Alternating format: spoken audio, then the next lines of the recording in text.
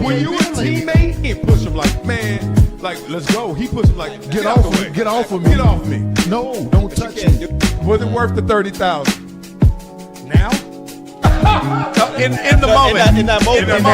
In the moment. He was up. You remember? Was it bingo night or was it?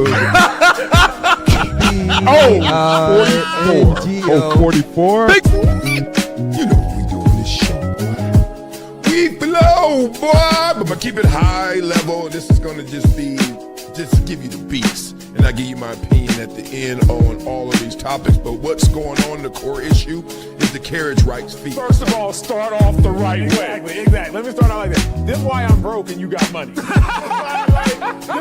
whole Dak Prescott saga. What are those? On the field, I got metric after metric. He's a winner. Okay, he's number one in all categories for the Dallas Cowboys first 5 seasons. Off the field, unquestionable character. Like, the only thing you got on Dak Prescott is, I am undisputed. Oh, come on. And me playing basketball, and I just want to line up. He's getting up. And show, yeah, we doing this for real. He's funny.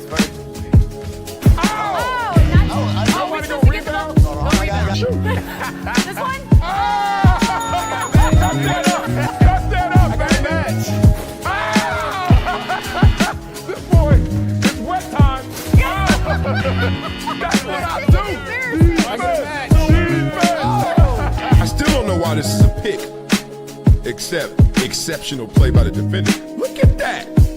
2 dudes reaching, and then he comes between them and say, let me split this bunk bed. And I'm out of here. Shotgun snap, slips.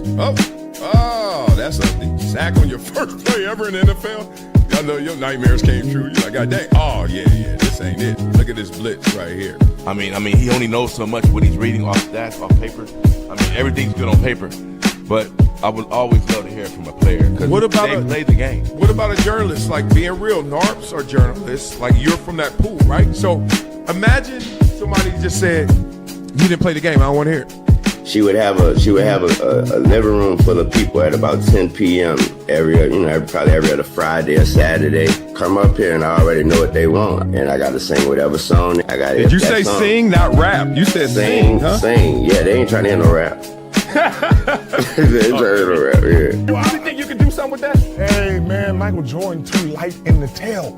Okay, you know what? Big dog? Yes. I ain't light in the tail. If you want some of this, let's go one-on-one right now. Let's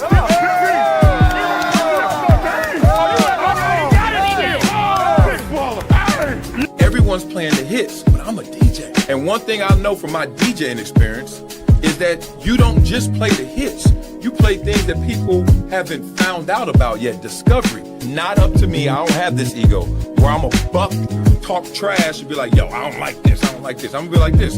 All right, I got enough talent. I got enough belief in me. I know what I want to do. Yep, let me go do it.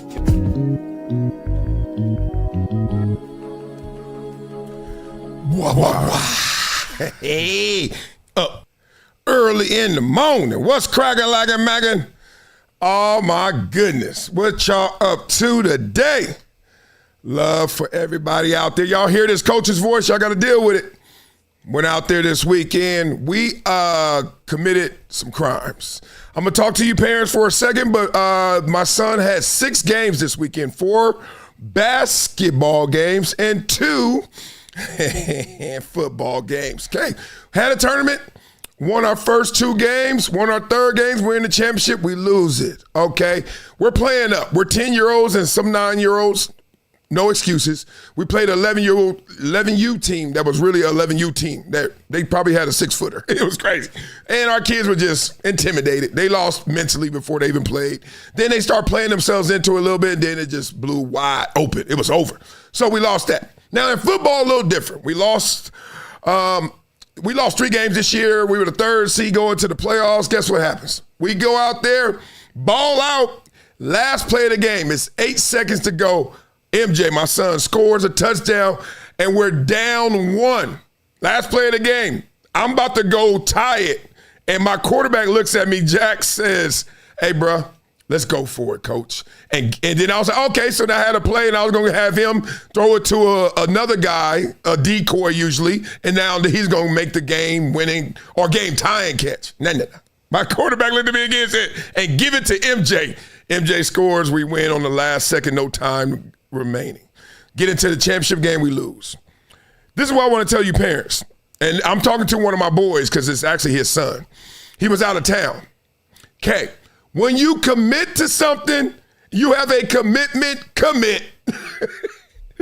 Look at the calendar. Look when your team is playing in the playoffs, in the championship, and it all happens in one day because it's youth, it's kids, right? So you have a semifinal game. If you win it, you have a championship game. We played at 4:30. If we won, we play at 6. We won at 4:30. At 6, we're without our second best player playing in the championship game. Imagine the team's in the Super Bowl and you ain't got the second best player. God dog. I was dog cursing him in my head. I really was. But at the same time, it is what it is. And that's where my voices went.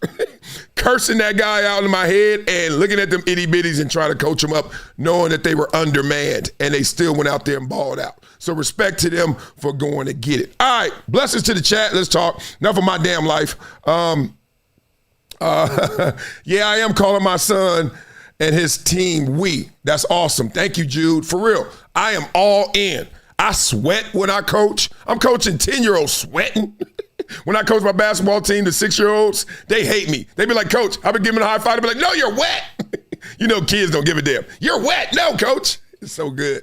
So love to you guys in the chat. Thanks for supporting your boy. Thanks for subscribing. Thanks for beating it up in the comments. Let's do it all. So y'all know what happened this weekend. What a weekend. I mean, I had so many topics to choose from. I didn't know where I should start. I hope I did a good job. Let's beat it up. Y'all know what happened. And now the moment. We know on this show, we call Fernando Mendoza Russell Wilson 2.0. I love this dude, but he is too on cue on perfect messaging. He literally went to the PR school and stayed after. He fell in love with the teacher. All right. It's okay to say the right things, but this is like when keeping it right goes wrong in a certain way, but I actually love him. I want every kid out there. I love that dude. Blah, blah, blah. I love that dude. I'm not going to talk long on the Heisman because it was a foregone conclusion he was going to win, not just because of the performance on the field, but also the story, right? And if we really break it down, more than even an entertainment product when we talk about sports at this level or even at the pro level, it's all about the story, how it makes us feel, right? Big dogs and underdogs, right? You know, heroes and villains. And when you see Indiana, in the last 2 years especially, but even this year, you got to give them some love, brother. I mean, it's so good because now there's another storied program in the making. Now there's another program where your kid can say, I'm thinking about Indiana. Imagine the ballers in the state of Indiana that always thought, either Notre Dame or I'm going somewhere else, right? Now they like, no, I'm going for the state school. And I love that, and I love that they have someone who's an ambassador of the game that is representing the game the right way like that kid. Like, think about it. You know he in the dorms chilling before curfew, putting his head down, looking at them books, doing all the right things. It just seems that way, right? And I like representatives like that because we got a lot of different types of reps in sports.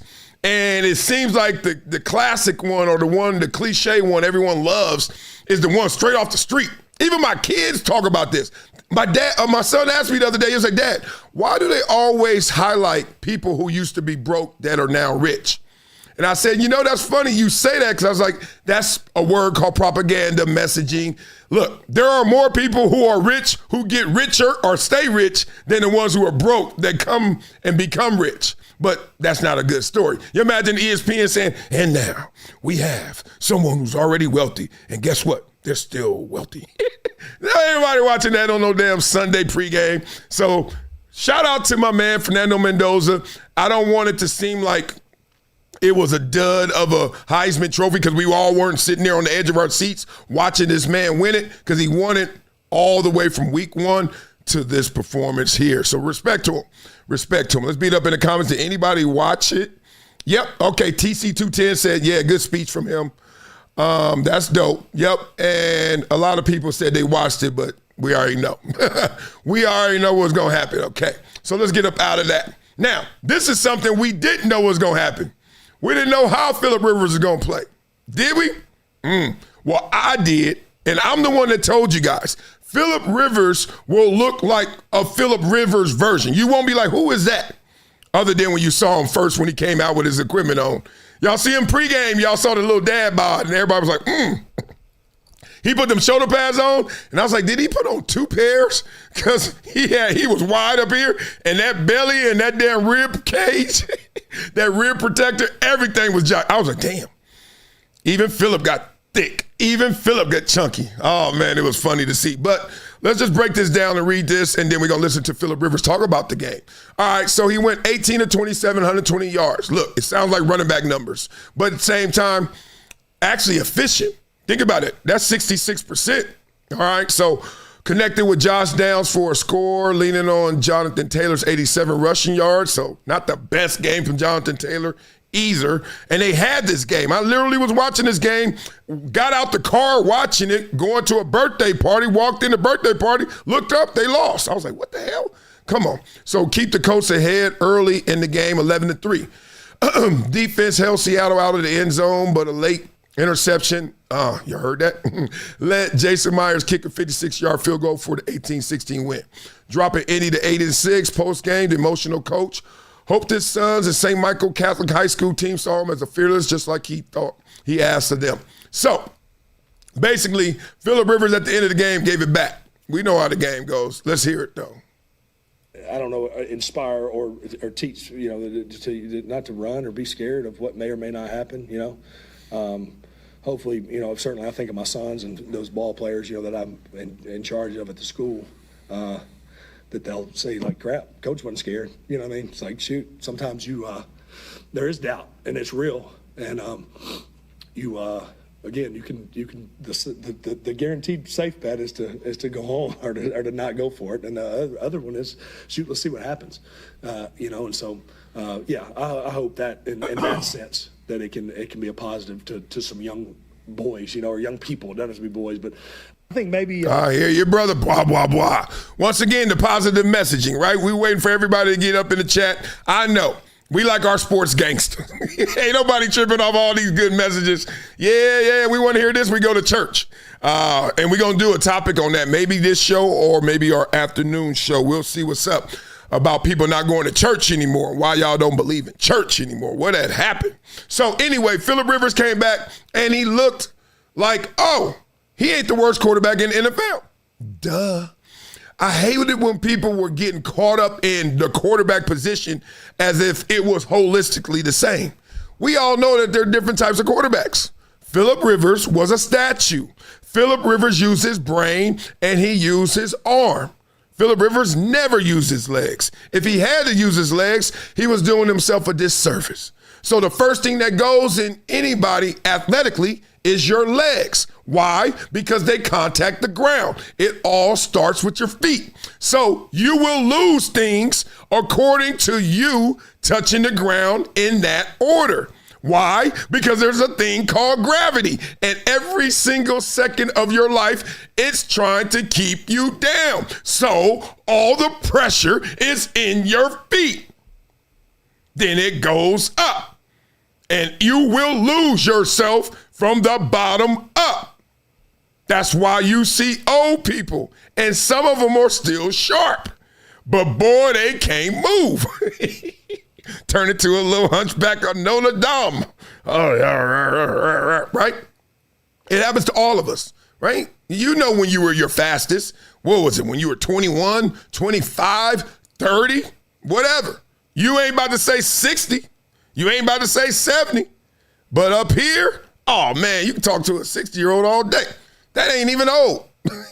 But it's put them on the field. Dead. So any mobile quarterback you watch right now, I don't care who it is. Lamar Jackson, my favorite quarterback right now. Don't you dare retire for 4 or 5 years and try to come back. It's a wrap. I'm betting against you and I love you. Come on now. Y'all know the game. Come on. Now, if it ain't Lamar Jackson, and then who's a statue right now? This can't move, can't get right. Damn, they getting rid of them so much. Who is left that's a statue that's good? I can't even think. Anyway, that's my point. But if Peyton Manning right now, they call Peyton Manning up, yeah, he gonna ball. He gonna ball. Tom Brady even said it. I could come back right now. I'm just not gonna unretire because I own a team. Tom Brady flexed on everybody. I was like, God dang, that's how you do it? He's like, yup. Other than that, up here, absolutely.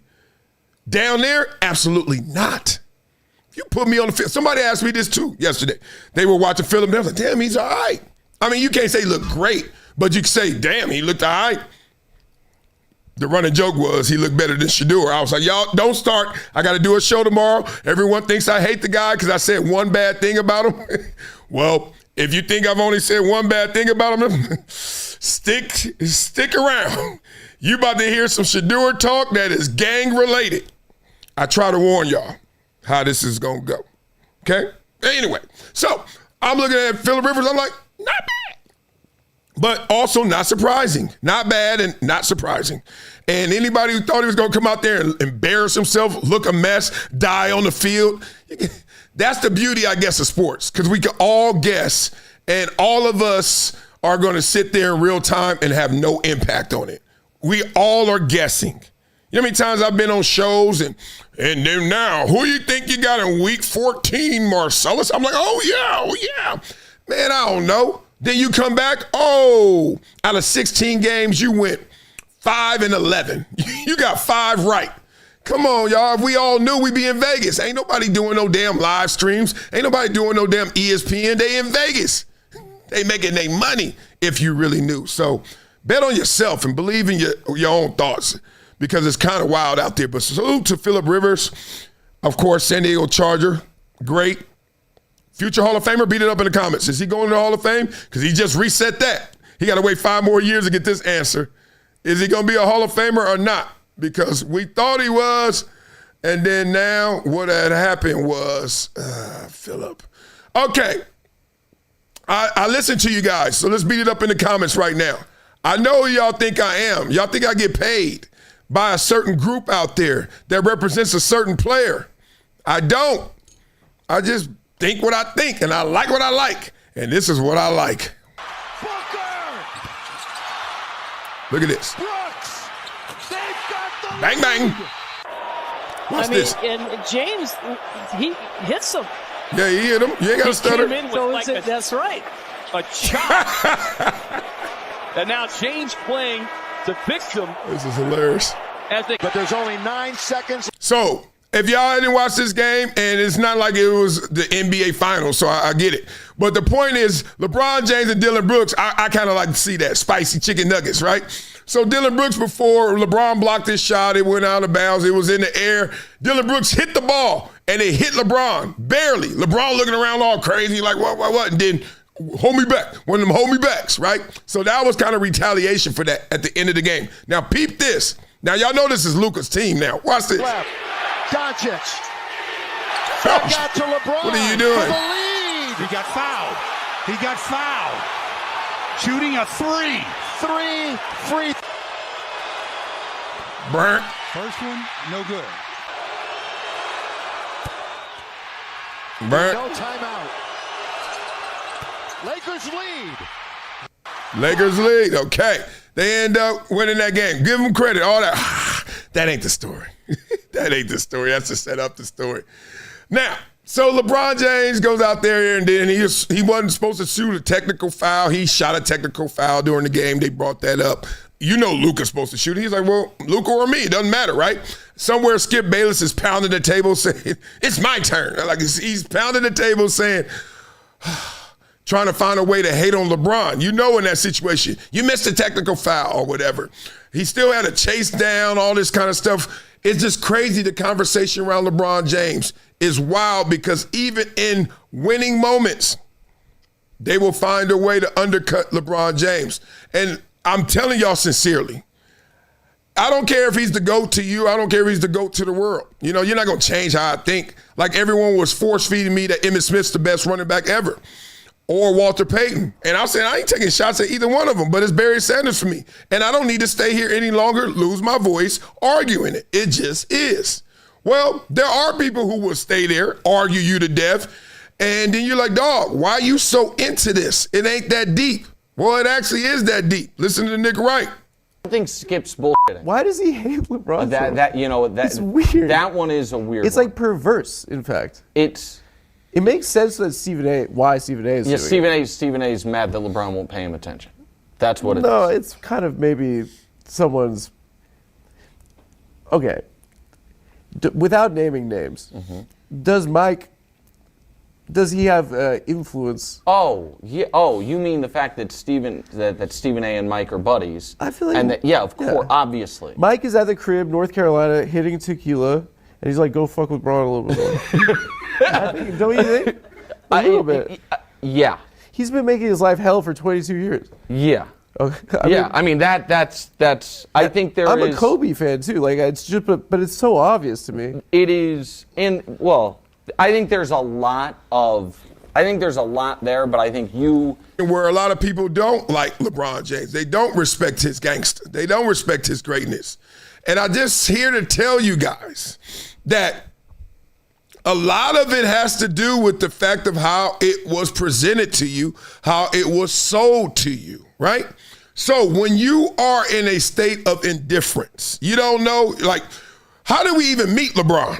We met LeBron because they were like, yo, there's a high school kid in Akron, Ohio that is insane. And you're like, yeah, okay. What? If you've been around sports, you've heard that 1,000 times. Who gives a damn? We've seen, you hear me, see me hit them switches. We've seen and heard of 1,000 different insane athletes. And then every single person, when you first heard LeBron, said, no, this is different. You're like, really? They're like, trust me. And then you didn't trust them until you watched ESPN and was like, why are they showing a high school game? Oh, Jesus. Whoa. Now, we already have been through Kobe, Kendrick Perkins, like all these guys that go straight from high school. But, Kevin Garnett, we already seen that. And we were like, that's insane. But we also saw them when they first got to the league. It was like, okay, Kobe, we know it's in there. But it ain't just, hit the ground running. We're like, whatever. So obviously we know who LeBron is. Then that turns into, he's playing in the NBA. And you were like, that's a rookie, right? And then we all were in love with LeBron from hello. You want to know why? Because he was an underdog and they couldn't beat him up. He was stuck in Cleveland. He had teammates that were your homeboys that worked at FedEx. You were like, how these dudes? And then he ended up going to the finals once, which made everyone fall in love with him. But here's the problem. This is the opening for Skip Bayless and then Stephen A. Smith and others. He was so beloved. I mean loved. And y'all been in relationships before. When you love somebody, sometimes you get a little territorial. That's my girl. Okay. She is now until you marry her, and then even then, half of y'all ain't gonna stay there. So, all right, I hear you. And then that turned into, you know what? You better not ever leave me. Who ain't been there with the pillow talk? You don't took the Timbs off. You don't took all your chains off, the gangster off. You unbuckled the Levi's 501s. You laying in the bed, watching TV, and you feeling vulnerable. And this is the city of Cleveland looking over saying, you better not ever leave me. And what's she supposed to do? First of all, it felt good a few minutes ago too. So she's just looking at you like, I got you, baby. Why would you even say that? The reason why they would say that, because you know that can happen. Well, it did happen, the decision. And then jerseys were burned. And then people were putting kerosene to damn merchandise anything that said James on it. It could have been Rick James's album, but it said James on it. We had to burn it. Y'all forget I was at ESPN at this time. And then, the wicked fingers started to wave. We got it. Because it's all about story. So now we can turn a hero, or at least an underdog, into a villain. And LeBron, maybe not being his most PR savvy in the moment, y'all remember he did the damn decision, and in the moment we all watched it because we all were like captivated. Wow, this dude is acting like he going to college, about to switch hats. It's about to happen. He showed up. You could tell he didn't even think too much about it. He showed up in a button down. Sucker showed up in an oak tree, Will Smith Fresh Prince button down. And then he was just like, yo, I'm taking my talents. Walked away, gave him a $5 million check, said that felt good.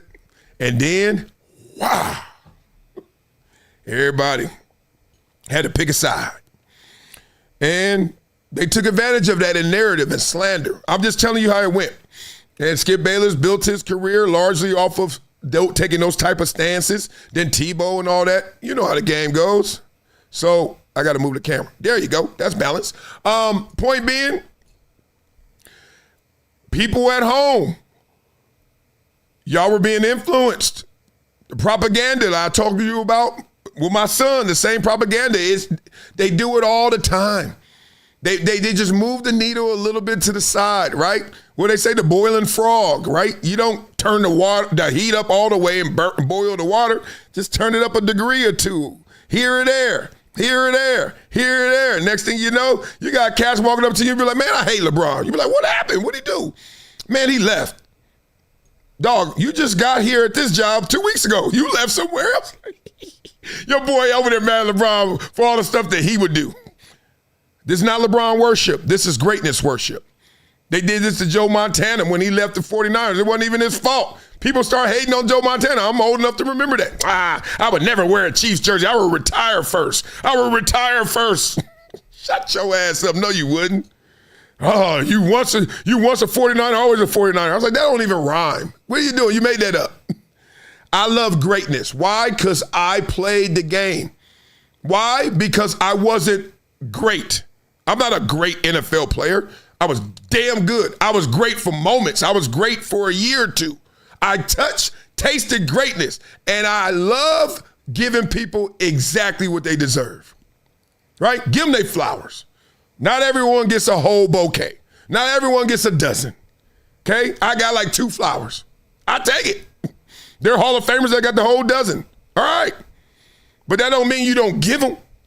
Man, we get one lap around this damn earth, one lap around this damn planet, one chance, and we gonna be hating it and hating on somebody else.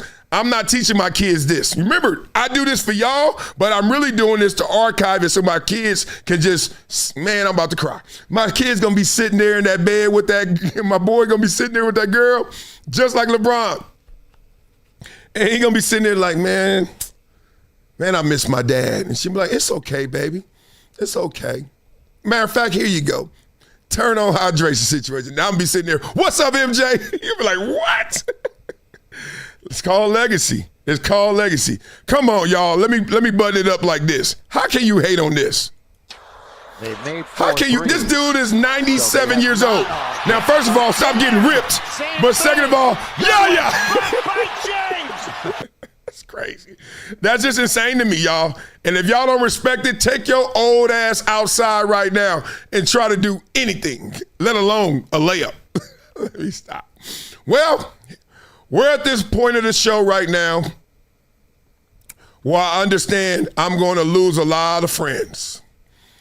I'm going to lose a lot of fans. But I'm going to gain a lot of people in this chat because, boy, it's Shedeur time. So let's see, first of all, what Shedeur had to endure. This is the weather, and I've played in this before.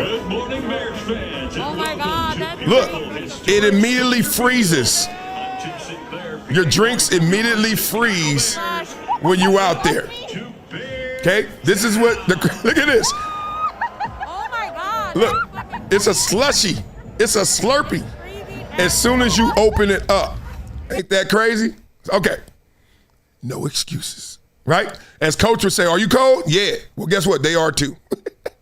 When I played in Buffalo, everybody used to get to the stadium, all your boys on the other team, you see them coming out the tunnel, they be like this, like Michelin men, like just bundled up. And you sitting there with a cutoff shirt or no shirt. They're like, dog, how you do that? It's cold as shit. What's up, dog? What's up, boy? How you been, boy? You good? It's cold as shit out here. How y'all playing this? And we all used to laugh. And then you tell your boy, because it's your boy. I don't care if he's on the other team. Be like, man, I'm cold too. I'm just used to it. And I'm not used to it physically because it's still cold. Mentally, I know, don't go down that road no more. It ain't going to change nothing. It ain't going to save you. Doing this ain't going to save you. You're done. So I done did this enough where I know don't do that. Just stop. So, Shedeur, you're in Chicago. And the coldest game I ever played was Green Bay. 20 degrees below, wind chill. Chicago is close. Chicago, when that wind hit that lake, Soldier Field, windy, I'm talking about, God dang. Well, what was colder than the damn weather was how Shedeur performed. Oh, you don't believe me? Let's hear some of it and see some of it. Congratulations. If you are watching this Shedeur breakdown, you are not a sheep. You're not just going to blindly hate or love Shedeur without at least knowing what is actually going on the football field. So what the hell happened to Shedeur against the Chicago Bears? No touchdowns, 3 interceptions, a 30 passer rating. League average is 94. What the hell happened? Let's take a look. I'm not going to delay. I'm going to lead with the headlines, the interceptions. This first interception, it's a 3 underneath. 1, 2, 3 zone defenders underneath. Shedeur Sanders tries to throw a slant. It's tipped and it's picked. How does it happen? Shedeur more than likely premeditates this throw, realizing after this handoff and this play fake, I'm going to dart this slant right now. I'm going to throw it in right now. It looks like the play fake has sucked up the underneath linebackers. Sucked up meaning the play fake has caused these underneath linebackers to lose their natural depth. Linebackers should be about here because they're not. Shedeur's like, oh, easy, I'm going to dart this slant in. Well, the problem, he doesn't layer the throw, meaning he doesn't get it over the first level defender and in front of the second level defender. Instead, he puts it on a line. Great play by the linebacker. Okay. Blah, blah, blah. We going to go through this because I know y'all want to hear it. All right, everybody is calling Acho. Like, he's the poster child of the Shedeur hate. Everyone's saying if someone hates Shedeur the most right now, it's Emanuel Acho. And I'm here to show you, as we break this down, I'm going to let Acho lead. I don't even hate Emanuel Acho. Some people think I got beef with him. No, I ain't got love with him no more. We don't kick it like that no more, obvious reasons, and some y'all don't know about. But the point is, I'm objective. I let anybody do what they do. I give flowers, as I said. Now, we going to break it down. Shedeur gets flowers, and he's going to get some dirt right now. Predetermined. He said premeditate. He meant predetermined. But, you know, he's doing an 11-minute video live. I get it. Predetermined means, okay, from the film, from my evaluation of this defense, before the play even starts, I know what they're going to do. Here's the thing coaches always tell you. Anticipate, never guess, right? So if you anticipate, that means I'm about to turn, the linebacker gonna suck up, and I'm about to dart that thing. That's your anticipation. But don't guess. Because guessing means you ain't even check. In the moment, did they do what I thought they were gonna do? And Shedeur got caught slipping on that one. Ain't the end of the world. Let's keep it going. What's next, Emanuel Acho? That's one of Shedeur's 3 interceptions. It's not something that he won't be able to grow from. He'll absolutely be able to grow from it. Rather than just trying to throw it between the defender as if the defender, you can just throw it right between him. Be cognizant of the fact that he's there. Maybe give him a pump, sidearm it, or wait for it to get to the next window. I got some important information for y'all. Oh, hell no. You know you don't. We ain't doing that. So, I can show you more, and I may show you more, but the point is, let me give you a good throw. Let me give you a good throw. This is a good one. All right, let's go. A very good pass. A catchable pass. Jerry Jeudy, bottom of the screen. Like Jerry Jeudy hits you right there in the 3. You got to catch that. I'm going to zoom in so y'all can see it. This is a good throw. Jeudy, I need you to catch this ball. Phenomenal play by that defensive back. Right now, that defensive back is walking away with it. But take another look at it. No issues with Shedeur on this play. And if you listen to, I'm going to move Shedeur back in the screen. If you listen to Des Bryant, he gave commentary on this play. He said, Jeudy, number 1, the Chicago Bears defensive back, he can't see you. So the moment you jump, you're telegraphing the fact that the ball's coming. Just be cool at the point of attack. Just throw your hands at the last second. I need Jeudy to make this catch. Worst case, it should be an incompletion. But under no circumstance should it be an interception. Unfortunately, you know how it goes. For quarterbacks, you get the praise and you get the blame. That's an interception on Shedeur Sanders' stat sheet. Let's go one Here's more. the third interception, and to me, the worst one Shedeur threw all game. Bottom of the top of the screen. Just the outright bad decision. A bad decision. I will tell you it's a great play by the defensive back. Let's talk some ball for those that are willing to learn. I'm glad you're here. Defense, right now you're in a cover 3. He's got the curl flat. He's got the hook curl. He's got the hook curl. He's got the curl flat. cover 3. It's a very simple zone defense. Here's the thing. It's a phenomenal play design. Play design's designed to beat cover 3. Why? The Browns are high-lowing this defender, high-low. He's high, he's low. Shedeur, if this curl flat defender stays with the high guy, just throw it to the low guy. He's in a lose-lose situation. He's high-low. This play's a win for the Cleveland Browns, but Shedeur gets greedy. Hey, you can't go broke taking a profit. Shedeur, just take the profit on this play. Instead, interception, going the other way. And now this game is just a complete avalanche. It's a domino effect. It's a rout. Let's take a look again at this one because this, to me, is the one you can learn the most from. No, we're done. All right. Blah, blah, blah. Shedeur Sanders. Here we go. I mean, I've talked about this extensively, and my interest in this is my love for Deion. I love the second generation of any athlete. I don't care who you're talking about. Porter Jr., Surtain Jr., right? Or even some of the kids who ain't juniors, but they just still going after it. Some fall short, right? So I've had this fascination with Barry Sanders Jr. when he was at Stanford, right? I just always want to see how strong is that DNA, but also how strong are the circumstances that shape that new version of what their father was. So I'm just fascinated with Shedeur in that respect. But then I'm torn because I'm also just a former player. I'm an analyst. I'm just a guy that's like, I give you love if you're good. If you ain't, you ain't. And it ain't that deep for me. It doesn't hurt my feelings that someone comes up to me and gives me love or criticizes me because you're right. Both are right. There are times where you couldn't say a word to me about how I played in the league. And there was a time where you were like, damn, dog, you still in the league? I get it. So let's talk about Shedeur and his time in the league because, I don't think everyone gets it. I don't think everyone understands what's at play here. So Shedeur Sanders was handed the opportunity to be the starter for the rest of the year. Remember, it was a one game. We'll see what happens after the post-game press conference. Kevin Stefanski's like, we'll see what's up. We don't know. Everybody's like, why you don't tell and declare? Oh, he killed it. Next game, all right, better. I like it. He's going to start next week. Then it was like, all right, he's starting the rest of the year. Then Shedeur goes out there, and in his best game was the Tennessee Titans game, right? At home. Even though he looked good in that game, right? He had some great throws. 3 touchdowns, throwing 4 touchdowns total, 1 interception. Oh, here we go. 5th rounder, already beat out Dylan Gabriel. Let's go. All the fans are loud as hell. All you hear is, I told you. Imagine if he started from week 1. Imagine this and that. Then he followed that up with what we just saw. Okay? So now his record in games played, not games started, games played. Please listen, people. 1-4. His best game, he lost at home to the worst team in the league. Then his only win is against another team that people say is the worst team in the league, the Raiders, which is they fight it out. Point being, you can sum it up. This is what evaluators do. Remember, you're in a negotiation of how good you are with this world, with the NFL. Not the fans, but those who evaluate you and actually take care of you, or they dismiss you. They're looking at it like, you trying to tell me you only got 1 win and it's against one of the worst teams? Okay, no worries. All right, if you ain't got the wins and losses, because quarterbacks are treated like baseball pitchers. You know, in baseball, they be like, pitcher went out there 6 innings, 3 earned. You know what I mean? Win-loss column. Quarterbacks get that stat. DNs like me, we don't get that stat. So Shedeur Sanders, right now, he's a rookie. He's a losing quarterback. J.J. McCarthy was sucking, and then the last 2 weeks, J.J. McCarthy been balling.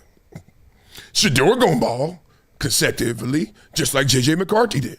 Okay, nobody's taking none of that away from you. We just giving you all the logs to throw in the fire and see how hard and how hot it gets. Okay, so now let's have a little fun with this. This is gangster. Y'all know me. I love my second brain. My second brain is it. I want to try this. Oh, new version. Look, this is my second brain. Shedeur Sanders. It's hard to put him in the qualifiers with all quarterbacks because he doesn't have enough snaps. But let's just give perspective for those, like Acho said, for those who want to entertain themselves, let's give some perspective. Here's some perspective. In passing yards, he's 43rd. You shouldn't even respect that because guess what? He ain't threw enough. He ain't played enough. Passing touchdowns, 39th.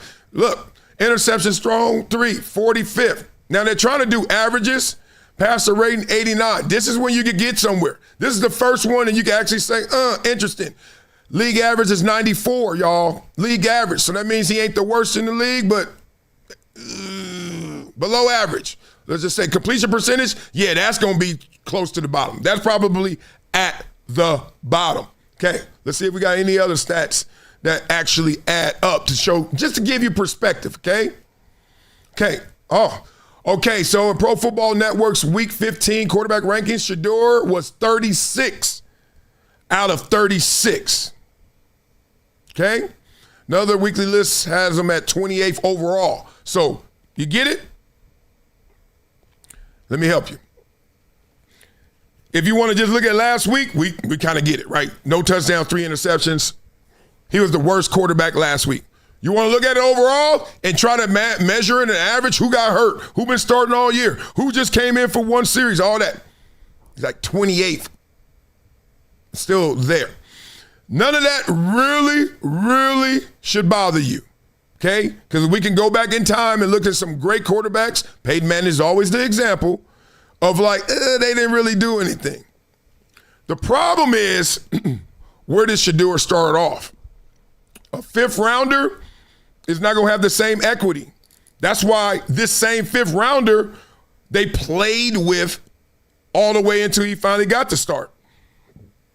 They didn't play with him because his last name is Sanders.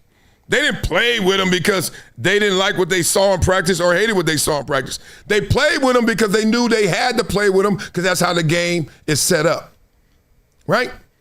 If you have investments and you give the most to a 1st rounder and then you have a 3rd round investment and you have a 5th round investment, the investment you're going to get priority to is the 3rd rounder, even if it's not working out because you've invested more in it. That's as simple as I can say it, okay? Please don't misconstrue that as hate, but I know some will. So we got a message to Shedeur fans. We got a message to Shedeur. 1st rounders, not only can they play with their food, 1st rounders can go out there and look a mess. 1st rounders could be Jamarcus Russell. They could be Cam Ward. When you're like, they ain't doing nothing, and nobody is asking that question in Cleveland.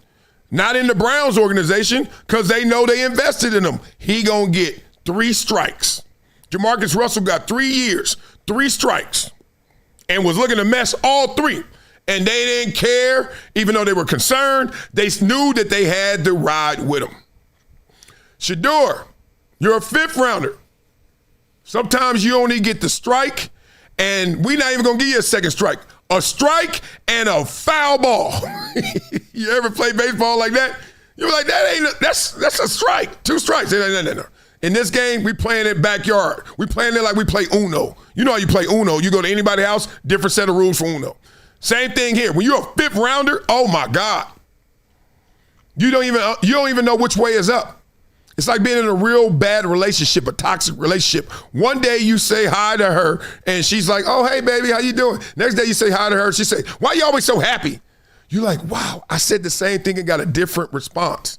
When you're a 5th rounder, you're in a toxic relationship. Take it from me. I was a 2nd rounder.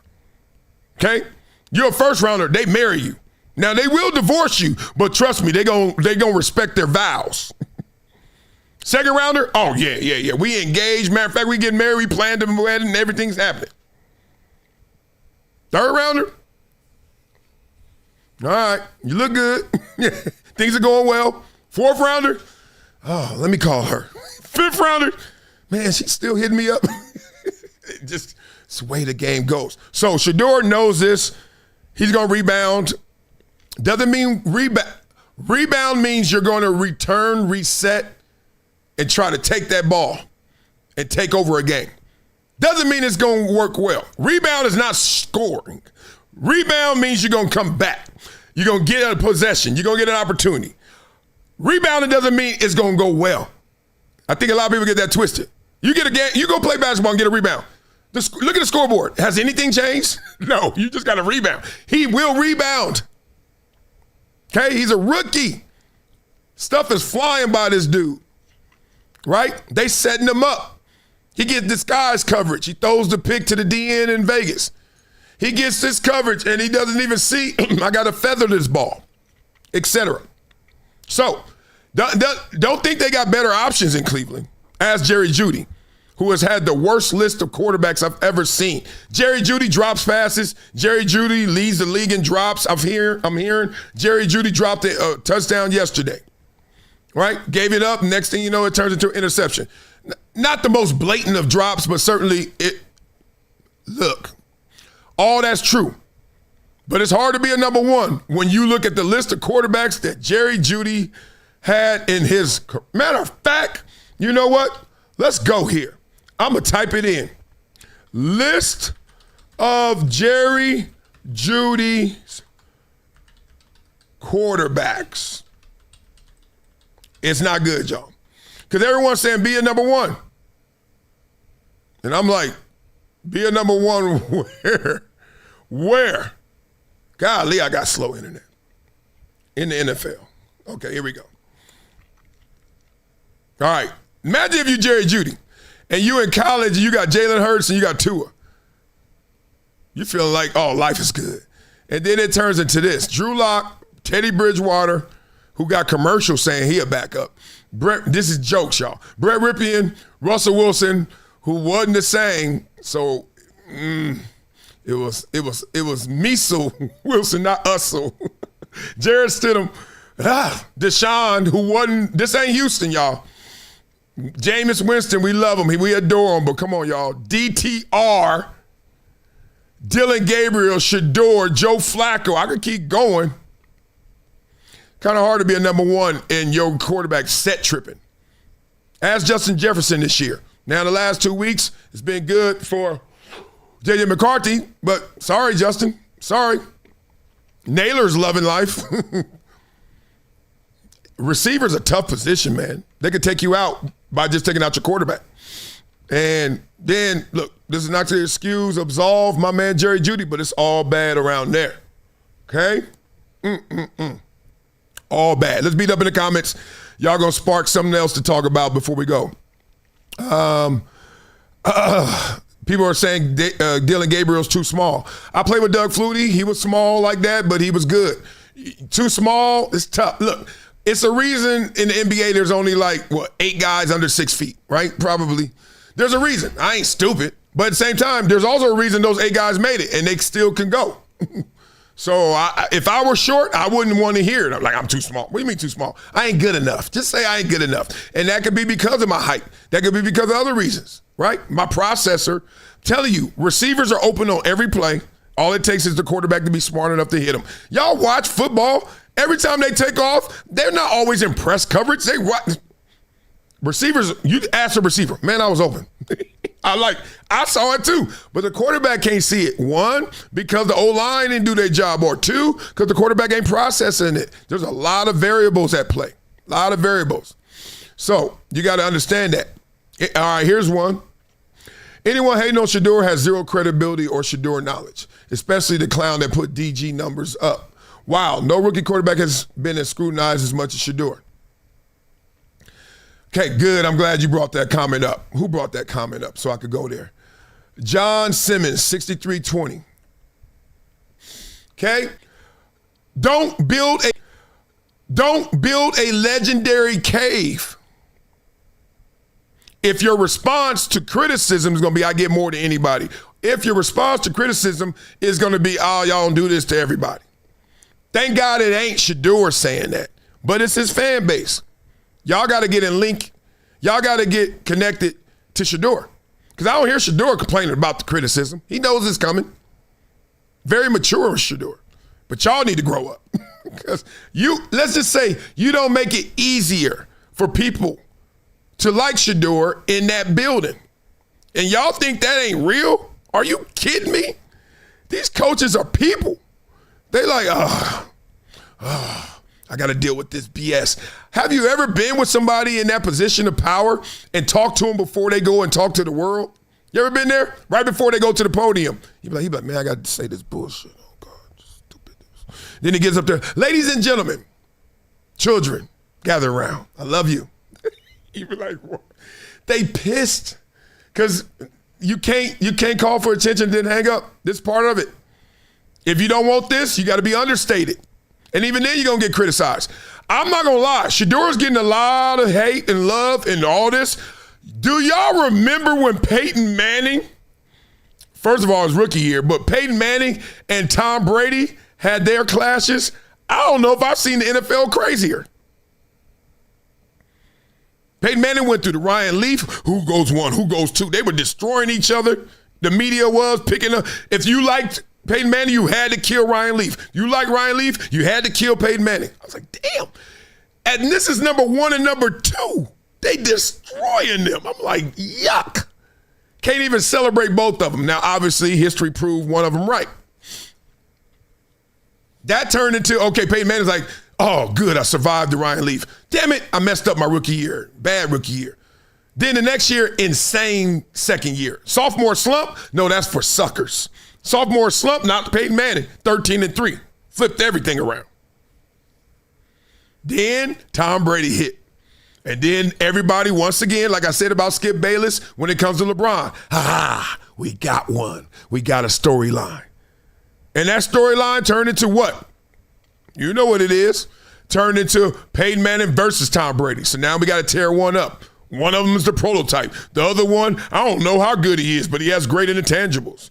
He wins because of his defense and special teams. He wins because of him. Gangsta. It's all storylines, y'all. Just follow the storyline.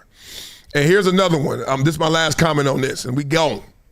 Kaepernick fans reincarnated cheering for Shedeur. Smile, be happy.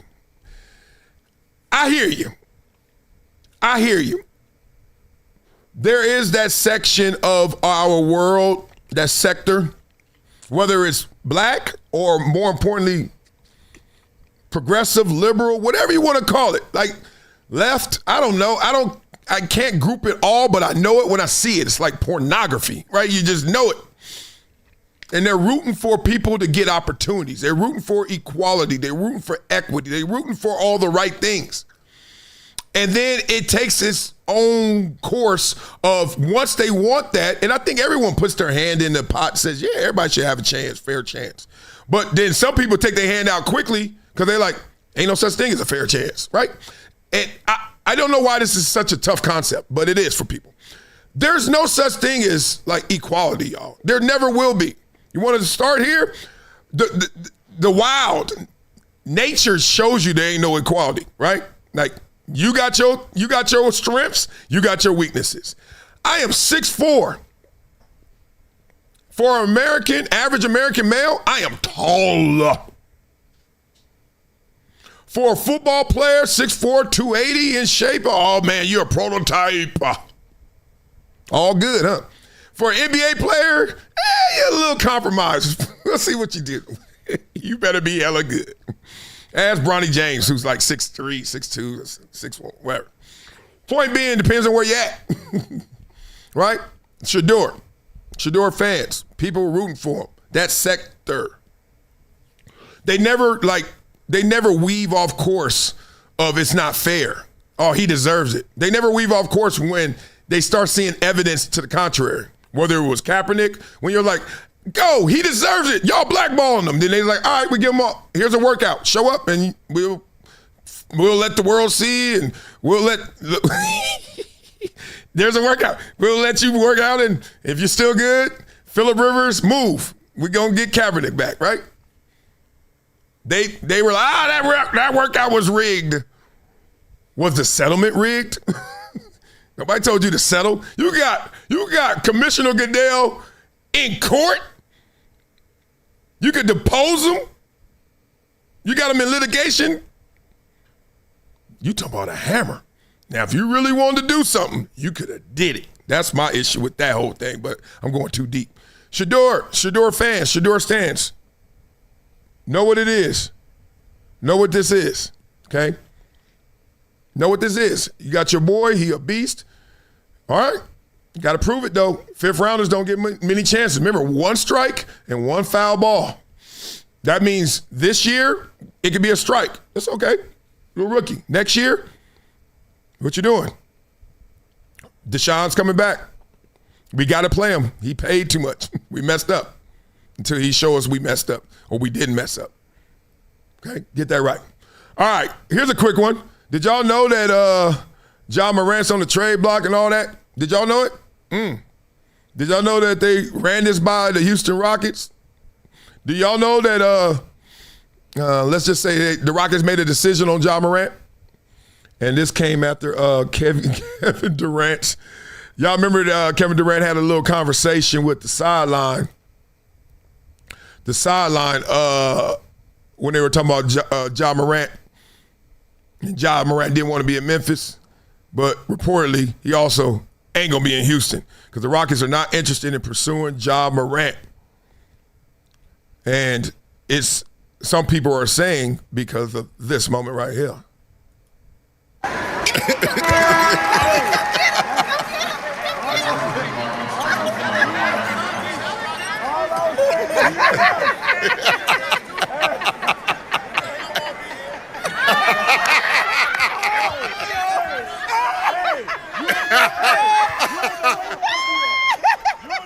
Now,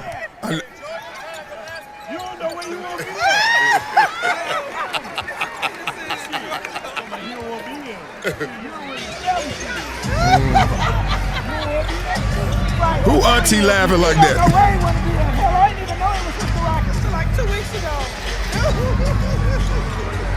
Okay, we get the gist.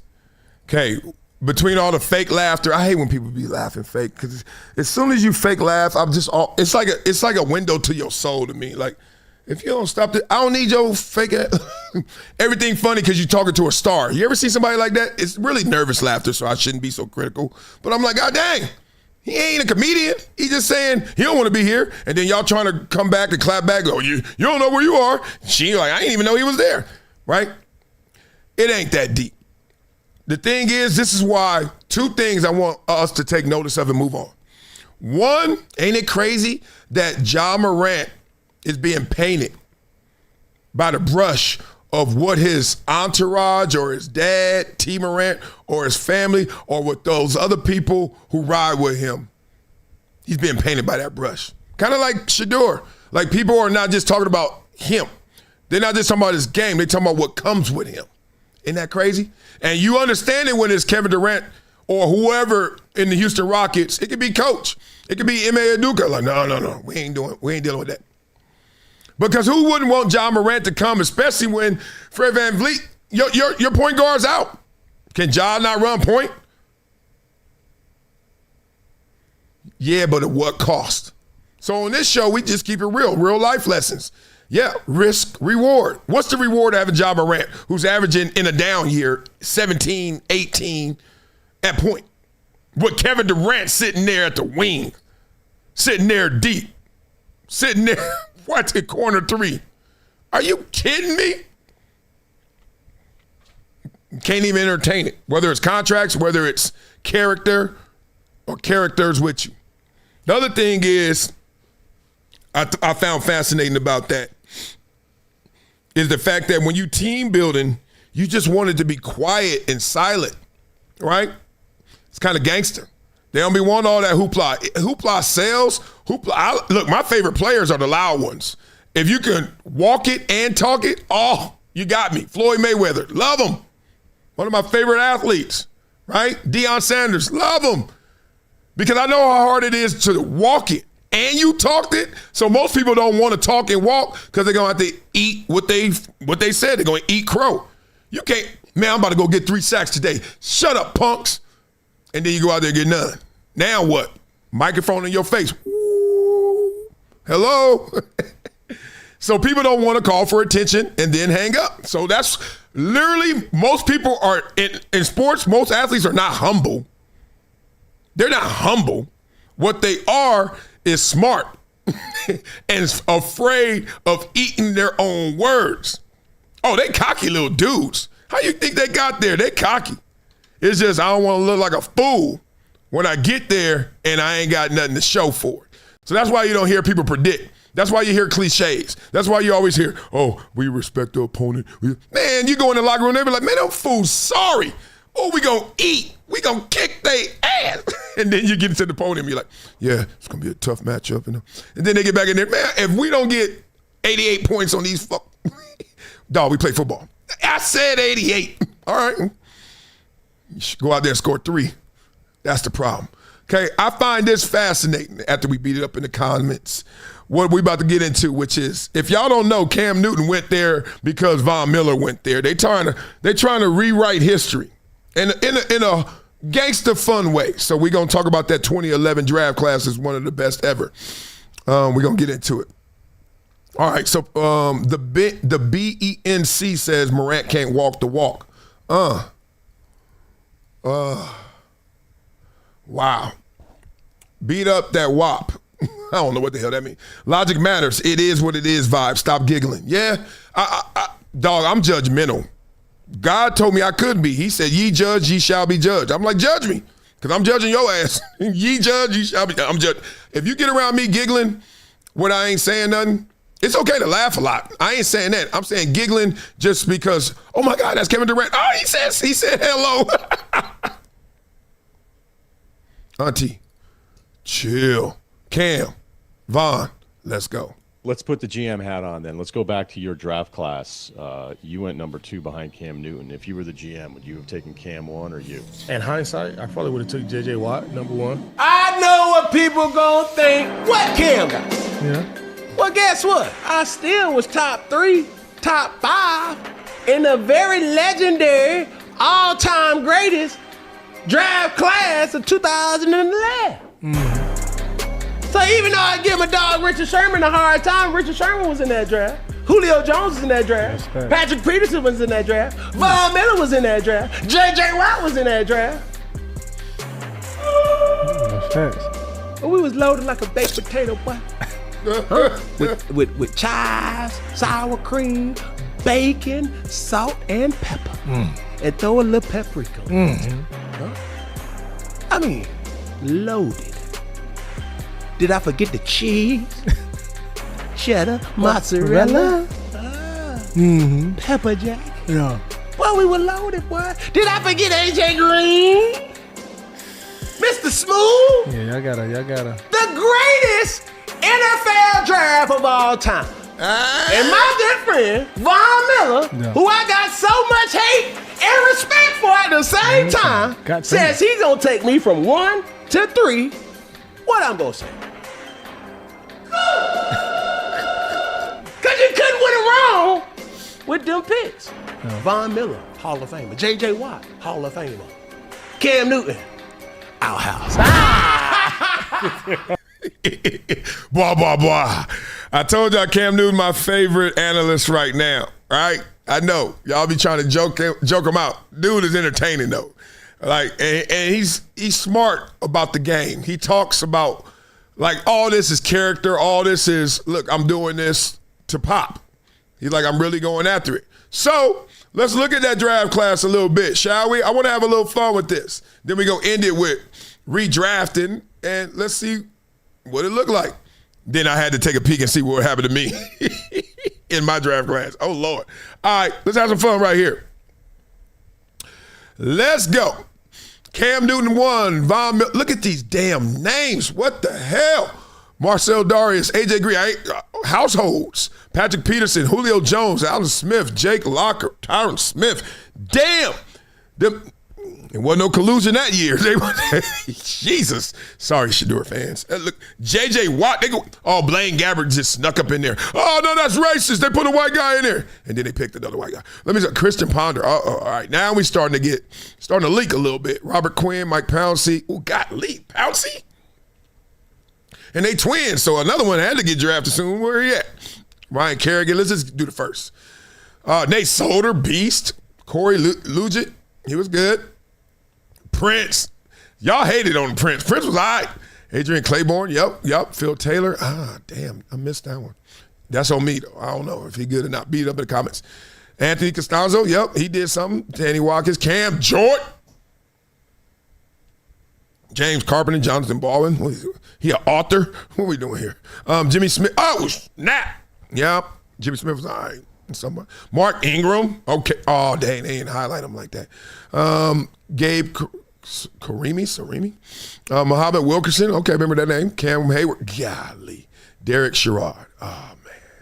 And Andy Dalton was like, I'm over here. Come get me. Oh, Kaepernick. Ah, look at it. Oh, they didn't highlight him either. All right. All good. Now let's get to it. So you know me, I love my second brain. I always ask my second brain, can you please redraft this class and tell me what you got? And it said, no problem, big dog. You saw what we had. First, let's see what it thought of the class. This is crazy, this gangster. Cam Newton, okay, MVP, Super Bowl appearance, face of the draft, yep. Von Miller, Super Bowl MVP, Hall of Fame lock. Beat it up in the comments, too. What draft class is better than this one? 1983 comes to mind, but keep going. 1983 was insane. 97, my year wasn't bad either. Let's see. Marcel Darius, A.J. Green, Patrick Peterson, Julio Jones, Alden Smith, Jake Locker.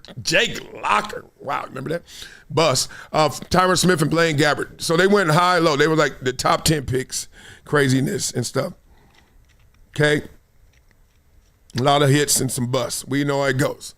Get out of that. Let's redraft it.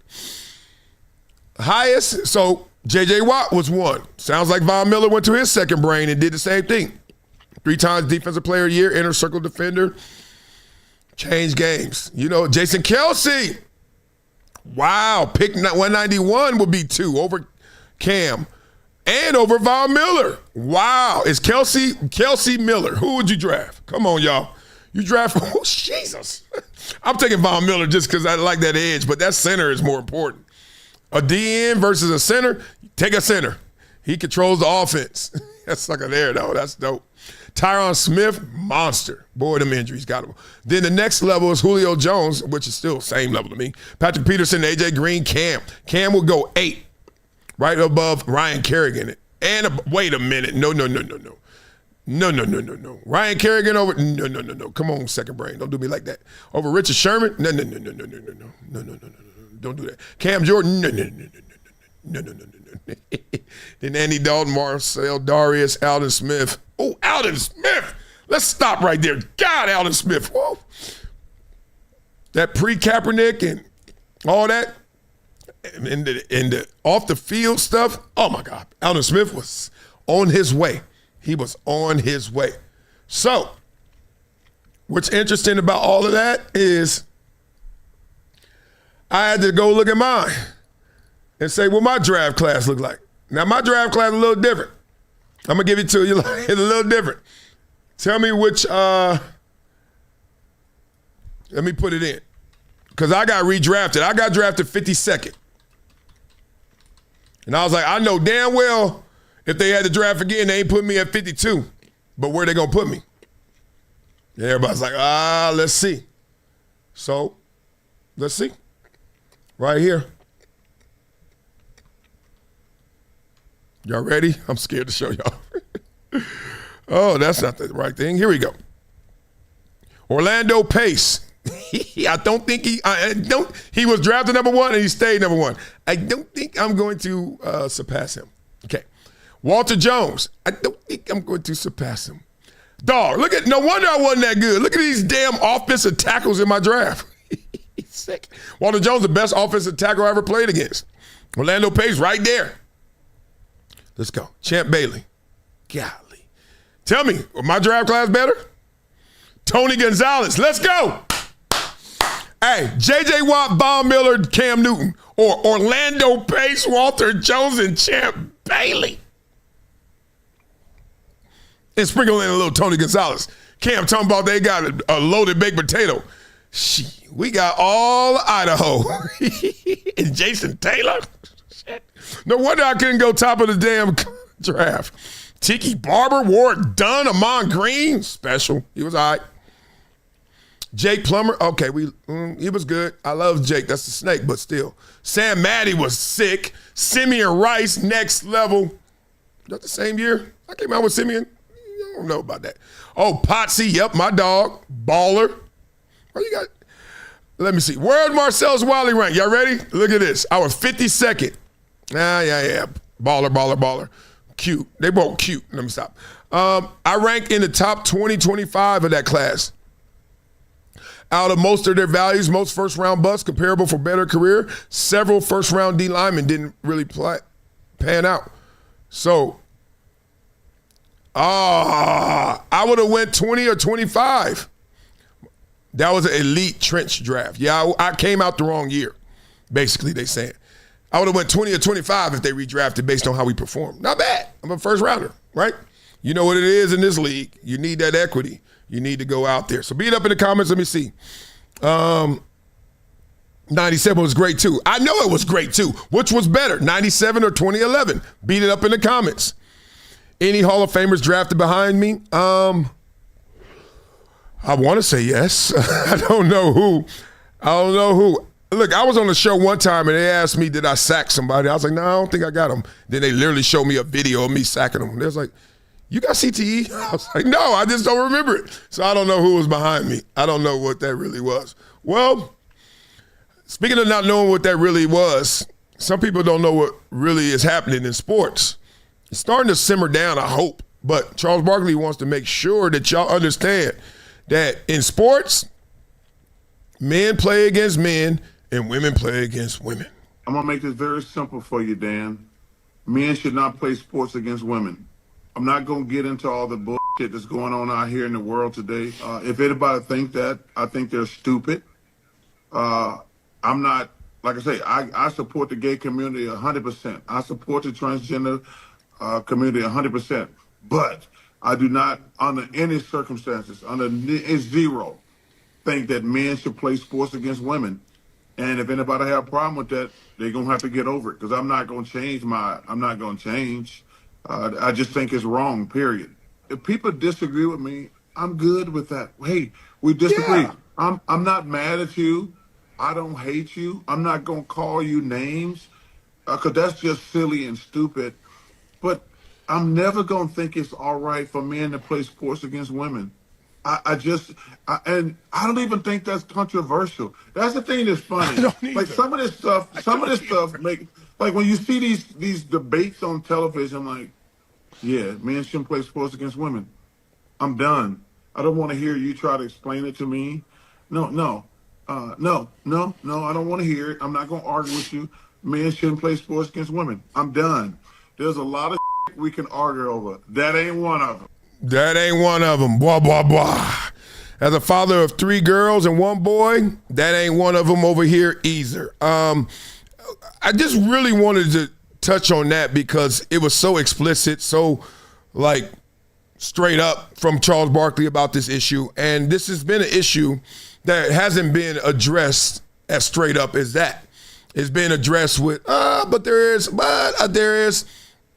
And I just want to say this. I remember being introduced to sports based off of, one, what sport do you like? Okay, you go over there and sign up. Okay, now you want to play that sport. Okay, how old are you, right? I just want to, because some people want to say, oh, that's discrimination. I'm like, sports, they know they discriminate, and they're proud of it, actually, right? So in football, you're playing football. Okay, was there a girls' 8-year-old tackle football league? Nope, there wasn't. Okay, so we are ready. Why? There are not enough girls that want to play, or you just said girls can't play tackle football at 8? I don't know, chicken or egg. Point being, you want to play football? Go over there. How old are you? 8. You stay here. How old are you? 11. You go over there. You're on that team. You don't play with him, right? Now, 8-year-old, if you want to be crazy, or you that good, or your mama and daddy's trying to get you to the money faster, you want to play up with them 11-year-olds? Go ahead. At your own risk. Sign this waiver, please. But point being, 8, stay here. 11, go there. Now, come here. Hey, little fat boy, come here. Are you ticklish? Hey, I called you fat. Get on the scale. How much you weigh? You got to play with 9-year-olds. You got to play with 10-year-olds. Go over there with that 11-year-old again, right? They discriminate all day. Then you get to practice. Okay, coach say, line up. Everybody, line up. Okay, I want you to go run, touch that fence. This is a real story. Go!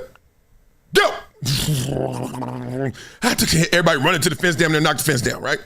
Okay, turn around. That one didn't count. That was a warm-up. Come back. On my whistle. Go. Hey, dummies. Never stop. He didn't say dummy. Hey, go back. I said on my whistle. Oh, you got us, Coach. Good. Train your brain. Right. Okay, good. Come on, bring it in. All right, we about to start practice. First practice of the year. Hey, I know you guys excited. Pump, pump, pump, pump. Okay. Let me tell you what y'all just did. Did a little drill. It's like 50 kids. All right, the top 4 kids that won that race, they're going to get the ball. The rest of y'all is going to do things to help them do something with that ball. Now get out of here. And literally that whole year, only us 4 got the ball. Stace Bozeman, myself, and then another year it was Tremaine Folks, Hubert Rush, James Gray another year. Like, don't touch the ball. If it's a fumble, we don't even want you to jump on it. Don't you ever touch the ball. Real. Point being, discrimination. Coach, some kids don't play. Discrimination. Why you ain't playing? Because he ain't good enough. Well, we'll have it equity, equality. No. That's sports. So I just don't know how it got lost that now we looking at women and men and trans like, oh my God, it's something new. No, that's all sports is. Right? I can envision a day where someone in a WNBA is so good, I can envision it, that she actually gets on an NBA team. She's the 15th on the bench. I don't know. I don't think a WNBA woman could ever play in the NBA and be actually a starter. I don't think that. But I think maybe out of 450, she could be 450. No, I don't know. But the point is, you can flip and switch and go from WNBA and play in the NBA if you're good enough. But you can't be sorry enough in the NBA and be like, I'm going to WNBA. See what I'm saying? To me, that's that issue right there. It's just like, what are we doing here? You can't go that way. You can go this way, but you can't go that way. Right? Biologically, men stronger, faster, quicker, all the ERs. So you can go there, 8-year-old, you can go 11, right? Girl, you can go to boy team, but boy, don't you go to that girl team. Simple as that, no matter how you want to identify it. Okay, beat up in the comments, let me know what you're thinking. Oh, somebody knows. Candid facts. Greatest Morningside monarch. That's Stace Bozeman. Stace Bozeman, one of the best athletes ever. Man, if he would have chose football. Had offers, SC and all that. If he would have chose football, y'all wouldn't be talking about these mobile quarterbacks the same, because Stace Bozeman was it. 6'4", 210 in high school. Ran a 4.4, maybe 4.3. Was my teammate, best teammate I ever saw growing up. Stace Bozeman, I was his fullback. I scored like, my boy told me the other day, he said, you scored like 20-some touchdowns. I was like, I don't remember. I just remember Stace scored 44. Stace Bozeman was sick. Stace Bozeman was sick. Okay, last but not least before we get up out of here, it's a lot of money conversations right here I could take y'all through. Okay? Take y'all through some money conversations real fast. Let's have a little rapid fire, and then we're going to go to this hot topic, and then we out. Okay? Let's do it. Okay. Edge, a lot of issues in Philly. One of them isn't the payroll and how much A.J. Brown's spending. Y'all see this?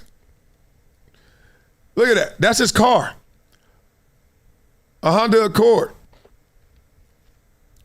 Real spit. Real spit. Y'all know on this show we do things to try and shape the value system, paradigm shifts. Okay? You ain't got to spend it all since you got it. You ain't got to do that. Even if you get it. Because even if you get it in the NFL, you know how much it ain't the same. As they told me when they recruited me to go to Columbia. They told me, hey, we only got 3 Ivy League football players in the NFL, but we got 6 owners. I'm talking about real money, y'all.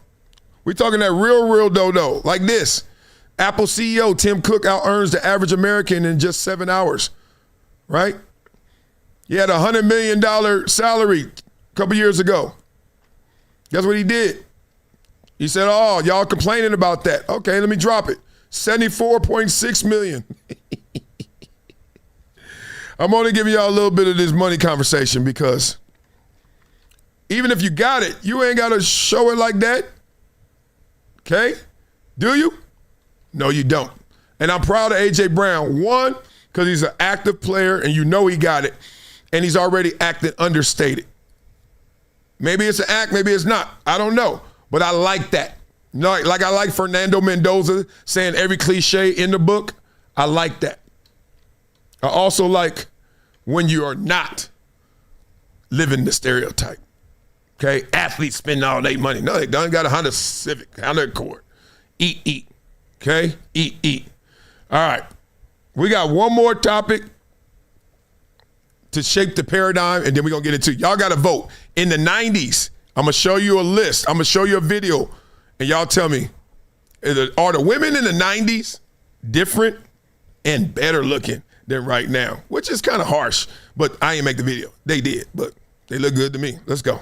There's never been African-American, a black man, to serve in any statewide offices in Texas. Well, there's actually also never been an Apache pilot to serve in these roles. There's also never been a West Point grad. There's also never been somebody that has the lineage of my family of 60 years worth of military service. And look, I am a black man that's currently elected in a white majority district that President Trump would have won by 20 points. The color of my skin is completely irrelevant. What people need to know is I bleed Texas. If I'm the first black man in this role, well, I guess that's great, but I would also like to say that I'm a lot of things before you want to talk about the color of my skin. I am a very proud veteran. I am a father. I am a husband. Most importantly, I am a follower of Christ, and that's exactly what Texans want, and I believe that they could really care less about what I look like. Get some. Why I like that is because I don't like how they put you in the bucket, because they like to put you in the bucket that they like, that makes them feel comfortable. Reason I'm grabbing this hat is because PTSD, right? I remember when Compton hit the map. What was it, 86, 88, 1986, 88? People start tripping. Because at first, nobody, in 1985, 84, nobody heard of Compton worldwide. They didn't know that Pete Rozelle was from there, NFL commissioner, white man. Then all of a sudden, here's a little something, actually, cruising down the street, and the world heard that. In Compton, we heard other stuff. We heard King T. You know what I mean? We knew of Ice-T, who wasn't from Compton, but we were banging them up. Then all of a sudden, it gets projected. Oh, my God, Compton. And then what got projected? The stereotypes, the negativity. The real, though. The drugs, the gangs, the poverty. But nothing was worse than the low ambition that was getting projected.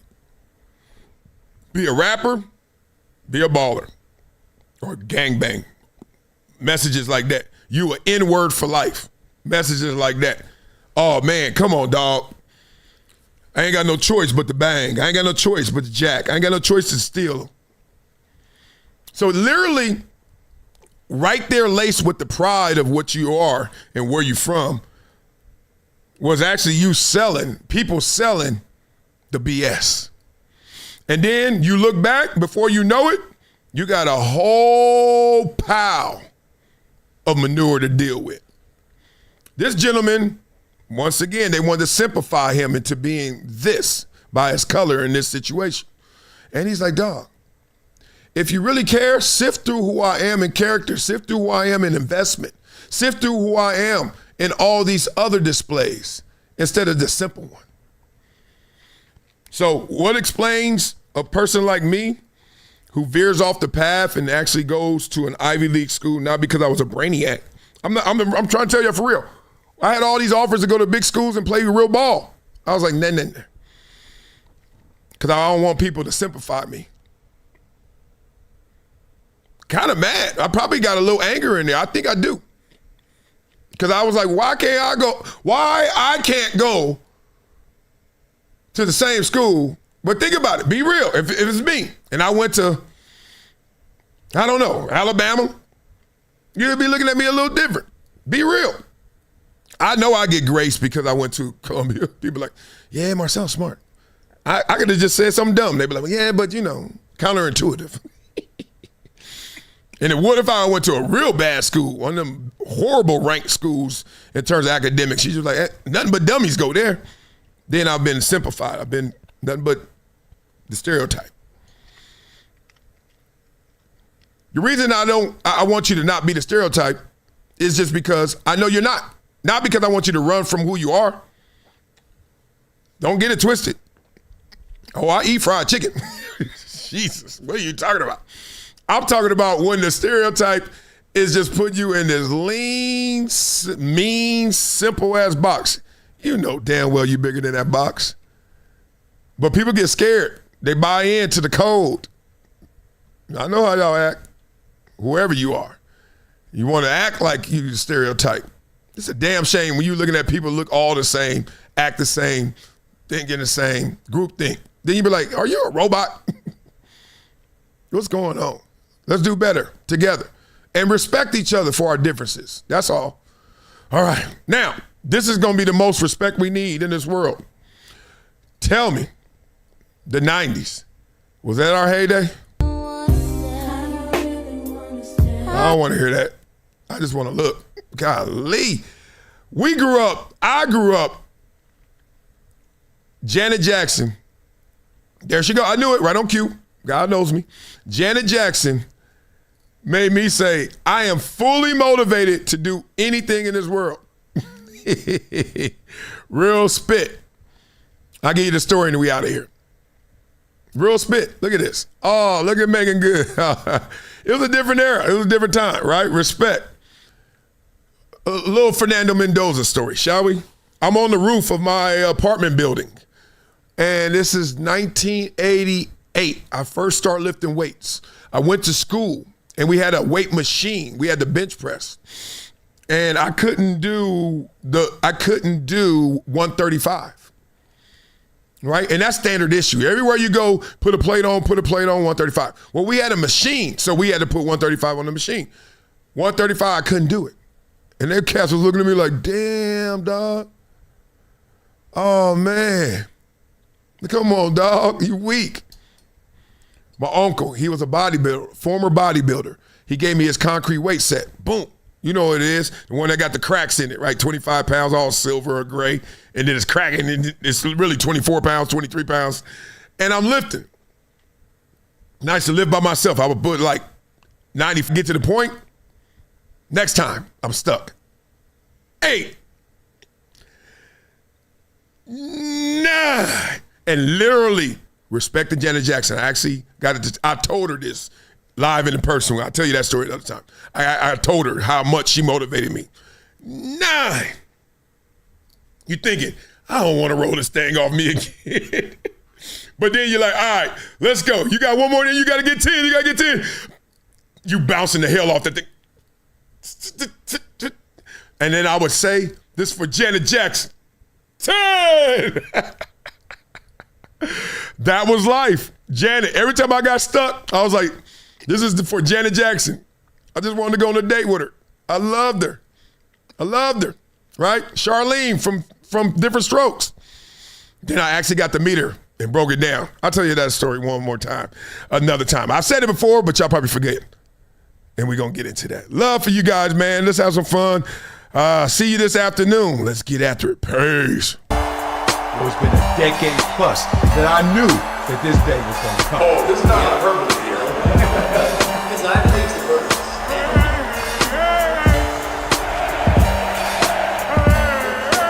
Time to hydrate. Hydration's the situation, so.